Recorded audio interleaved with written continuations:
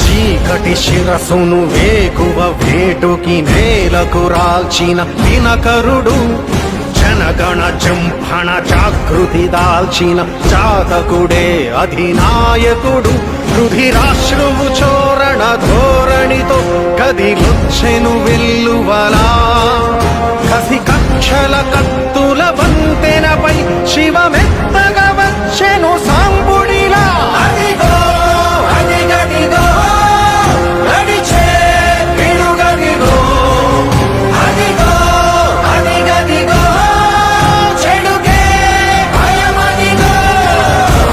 శ్రీకర భీకర భూవరమై రణధీరత నింపిన శ్రామికుడు, భగభగ హింసను ధ్వంసము చేయగ అడుగిడెరా అధినాయకుడు.